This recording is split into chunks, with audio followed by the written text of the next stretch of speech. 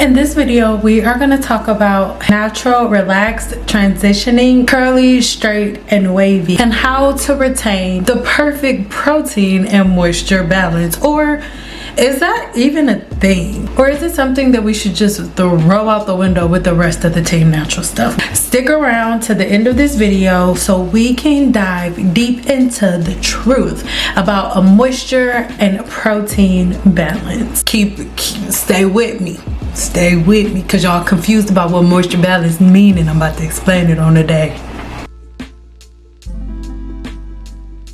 To take care of our hair properly, we must understand our body at its core. For so long, we've been operating from the outside in instead of from the inside out, meaning we've been doing everything.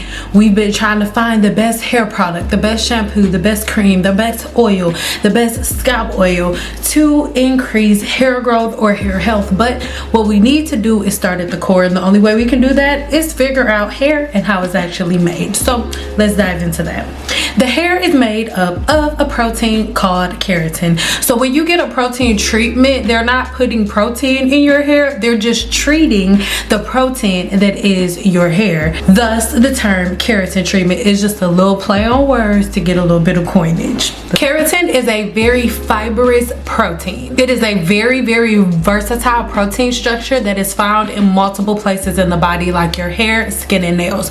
Your hair, skin, and nails are all constructed from keratin, and this protein is built within the body's gut, that you know, called biotin. If you want to get more into biotin and how it's produced, make sure you leave a comment below, but we're talking about moisture balance today, so focus.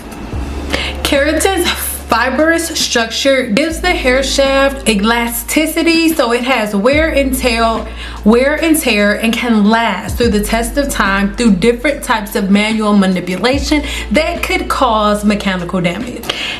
Keratin is the primary component of hair and provides it its strength and structure.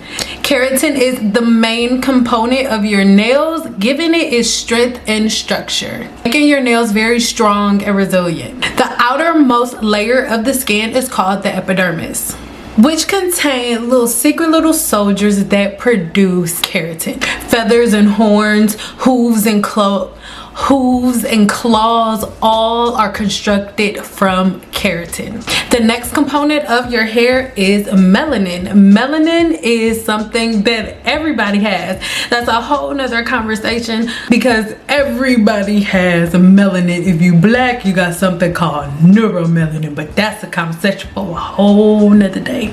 Melanin is produced by a certain cell within the hair's follicle called melanocytes. Again, here are the two forms of melanin that contribute to color. The combination of these two forms of melanin within the hair's follicle is what's going to determine your hair's color. As you age, the production of melanin within the hair's follicle decreases, resulting in gray hair. Next up is lipids. Now, this is where things get interesting. Do not sign off, because sebum is one of the most important factors of your hair growth cycle and for hair growth and length retention in general. And if you stick around to the end of this video, I'm going to explain to you how you doing things like the lock method actually contribute to you having weaker, more brittle hair that is prone to breakage and mechanical and chemical and heat damage. Let's keep going. Next up, lipids. Hair also contains lipids, aka fats. This can help to maintain your hair's flexibility and moisture balance. Lipids or fats are an essential part of your hair's health and maintaining healthy hair that has amazing flexibility and elasticity and amazing shine and luster. Lipids in hair normally hold two main functions. Number one is going to be moisture retention, and number two is going to be flexibility and smoothness. So let's get into this. Lipids form a protective barrier over the hair's surface. This helps the hair shaft from losing excessive amounts of moisture. Let's keep it, stay with me. This is really important for those who live in low or dry climates, a low humidity or a really dry climate like me. I live in Las Vegas, Nevada, and this is the Wild Wild West. This is the desert. So the lipids actually are going to help you retain moisture by creating a protective barrier over the hair shaft. But remember, this protective barrier is comedogenic. It's non-comedogenic. Comedogenic means that oil or butter is and its ability to block the hair's follicle, and your sebum is an absolute 0 on the comedogenic scale, meaning it's not going to block the follicle or the hair shaft at all. It has a layer of protection, but it's also not stopping the hair shaft from opening or closing. It's not stopping the cuticle from opening or closing. It's also going to keep your hair hydrated and minimize frizz. Now, lipids contribute to the flexibility and smoothness of each individual hair strand. This helps to maintain the natural elasticity of the hair strand, making the hair way less prone to breakage, so your hair is not dry or brittle or anything. Now, the hair lipid content can depend on a couple of different factors like these listed here on the screen. If you want to learn a little bit more, make sure you click the link in the description box below to read the detailed version of this. Like, it's like a written version of all of this, so if you need more detail, head over there. Now, the exact lipid content found in the hair shaft is quite complex, right? Let's go over a couple of the lipids found within the hair. Mind you, as I'm talking, all of the different things that I'm telling you about are not within a hair product. This is something that your body has naturally. This lipid right here is the one that forms a protective barrier on top of the hair shaft to prevent your hair from breaking and being susceptible to environmental damage, pollutions, and so many other different things. This is the one that's locking in the moisture and maintaining your hair's flexibility and elasticity. This one, fatty acids. These different fatty acids like these two found in the hair, they contribute to the lubrication and softness and suppleness of the hair shaft. If you want to know more about the different fatty acids and the different amino acids that your hair shaft is made of, and if you want to know what different fruits and vegetables you can eat. Yes, baby, what's wrong? Go ahead. So these fatty acids here contribute to your lubrication and the softness of the hair shaft. Cholesterol molecules are present within the hair shaft to maintain its structural integrity and moisture balance. Next up, squalene. Squalene is a lipid that prevents the hair from becoming really dry. It literally lubricates your hair shaft to prevent your hair shaft from becoming dry and brittle, which will in return lead to your hair breaking and snapping, right? These lipids all work together to keep the cuticle smooth, prevent moisture loss while keeping the hair lubricated so it doesn't become extremely dry and brittle. Will in return prevent moisture loss to keep you from losing all of that hair that you grow. This will make sure that you're able to retain all of your length. Now remember, the lipids that are found within the hair are not produced by the hair alone. These lipids are produced in one place and one place only, and that is within the hair's follicle and through a specific part of the hair's follicle called the sebaceous gland. The sebaceous gland is the gland within the hair's follicle that produces your body's natural oil called sebum. Now remember, you have sebaceous glands all over the body from the top of the head to the bottom of the feet, except for the palms of your hands, at the soles of your feet, and your elbows and your knees. Everywhere else you have sebaceous glands, and these sebaceous glands produces an oil called sebum, which holds every single lipid that I just told you about. Now remember, sebum is not an oily substance. One thing that confuses a lot of people, and I think it confuses hair care and the way that people care for their hair altogether, because people think that sebum is an oily substance, but by definition, one of the main definitions when we're describing sebum is this: sebum is a waxy substance. It is not an oily substance. So there is a specific way or specific patterns and routines that you must take part in, or that you must not take part in if you want sebum to travel from your roots to your ends. All of these lipids that I told you about in the previously are all synthesized and produced within the hair's follicle, within the sebaceous gland. So everything that we talked about, all of those amazing benefits are in your body right now within the sebaceous gland. Sebum is released from the sebaceous gland and travels down the hair shaft and all over the skin's surface. This is what lubricates the entire body, right? This is what lubricates the entire body, preventing the skin and the hair from becoming dry. Your skin doesn't get dry if your skin cell turnover cycle is good for your skin, and your hair doesn't get dry if your skin cell turnover cycle is good for your scalp. Let's keep going. Your hair and skin health, sebum plays a very, very important role. And I mentioned that it also holds antibacterial and antimicrobial properties as well.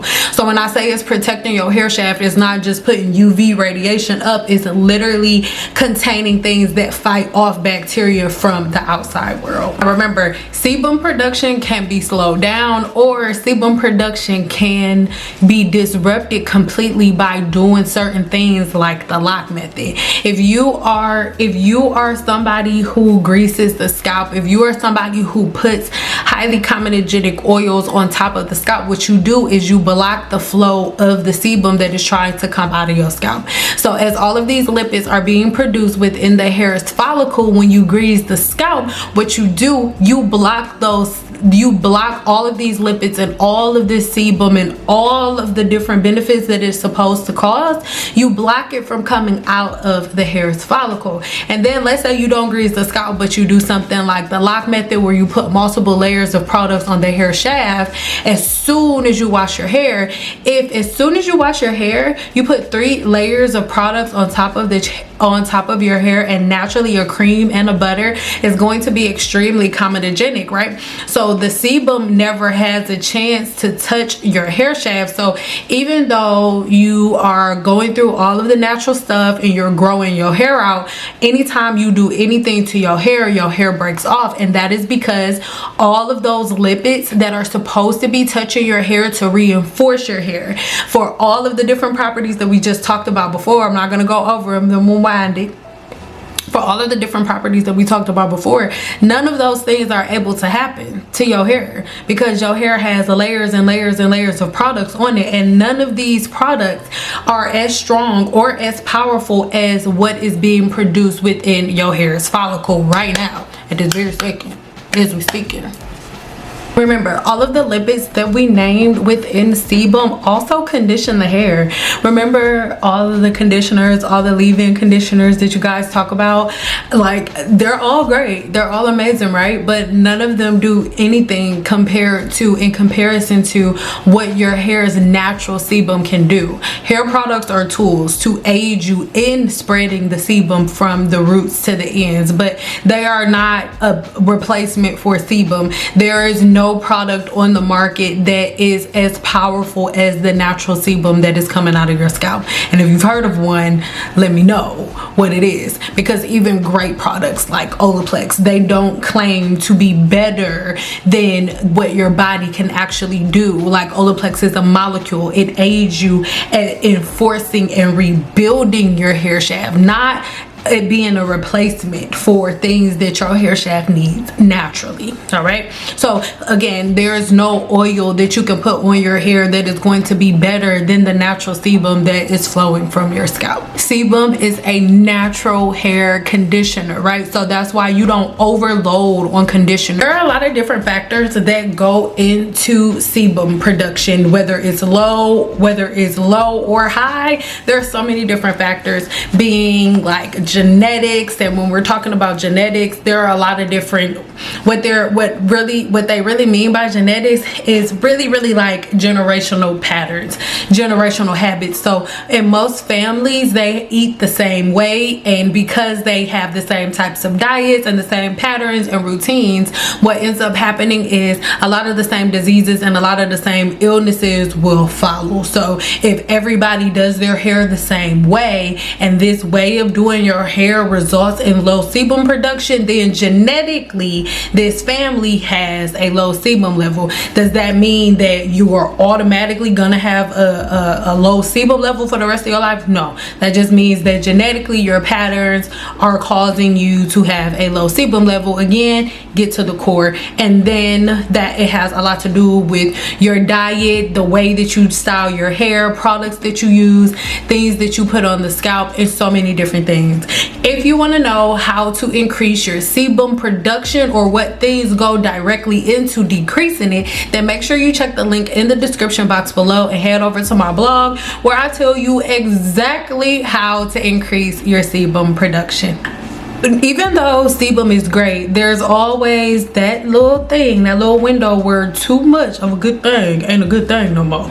And sebum is one of those things. If you have dandruff, seborrheic dermatitis, psoriasis, different disorders like that are overproduction of sebum. Most people think that dandruff is dry scalp. Dandruff is not dry scalp. Dandruff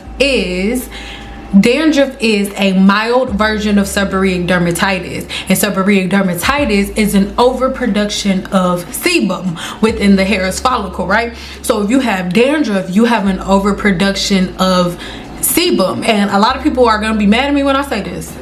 One thing that makes my skin crawl across social media is when I see people doing this. Like, I know it's refreshing to see, but it's literally one of the worst things you could do for your scalp if you have dandruff, to scratch all of the dandruff off and then cover the scalp in oil, because all dandruff is an overproduction of oil. And so instead of your hair of your skin cell turnover cycle happening every 28 days, it's happening like every 7 to 8 days, right? Or every 10 days, or every week, or every 2 weeks. So those are all of those flakes that you see on your scalp because your scalp is producing too much sebum. So because there are flakes, you think it's dry. No, that's your skin releasing dead skin faster than it's supposed to because there's too much oil, right? That's your body's way of trying to fight the overproduction of oil. But then you'll notice that your dandruff will spread, or it'll get worse, or it never goes away because you scrape all the dandruff off, right? You give a gut scalp treatment or whatever, and then you go back and drench it with oil again. So that's what it's about. You have to learn the core. You have to get to the core of your body and really learn your body, because when you have an oily scalp, when you have dandruff, you have an overproduction of sebum. Next is going to be water. Now this is the thing that really confuses people. Anytime somebody says moisture, you automatically think they're saying put water in your hair, and that is not what they mean. When we're talking about, in this video again, we're talking about what hair is containing, what hair is constructed of, and this last thing is water. Your hair is not made of water. Your hair itself does not contain any water, right? Your hair absorbs water from two different things. It absorbs water from the outside environment, and it absorbs it from inside of the body. Now, the lock method is under the theory that because your hair absorbs more, in theory, your hair, the average person or most people are getting more absorption of water from the environment than they do, or hair products than they do from their actual body. That's not because that's how the hair is. It's because most people don't drink enough water. So if you're drinking enough water, and if your diet is balanced, like the different balanced diet that I give you in my blog post, go check it out, then what ends up happening is your body ends up being able to hold more water. So you don't need to lock your cuticle down and put all of these different layers and layers and layers of product on top of the hair shaft, which prevents the lipids that your sebaceous gland is producing from coating your hair shaft. It's just as simple as that. And the more more complicated we make things, the more complicated things are around us. So now that we have the moisture part together, today we're working on moisture. Go ahead and hop into the protein. Now that you know that the moisture that you are seeking from your hair and can't find it no matter what product you use, it's because it is coming directly from the scalp. And by you putting layers of product on your hair, you put a layer, multiple layers of products that these lipids that are being produced inside of the hair's follicle, they're actually supposed to be doing. You stop them from doing what they're actually supposed to be doing. Even though you want to put a whole bunch of products on your hair, the lipids that are being produced within your hair's follicle, or the sebum within your hair's follicle, is not prepared or formulated to fight through different hair products, because that's not something that's supposed to be there, right? So the lipids are not gonna fight through the hair products. They're just gonna sit right on top of it. So at the end of the day, you have to pick one. What do you want? Are you more interested in packing products on your hair, or are you willing to throw everything that you've bought in the past that hasn't worked and all of those layers of product away and start over from scratch? All right, check the link in the description box below so you can learn more information. I also have different recipes, different things that you can take to reverse your moisture overload or your protein overload. But stay tuned for part 2, so that way we can get to the core of protein overload and moisture overload and how to fix it now that you know about the hair shaft and the way that it's made.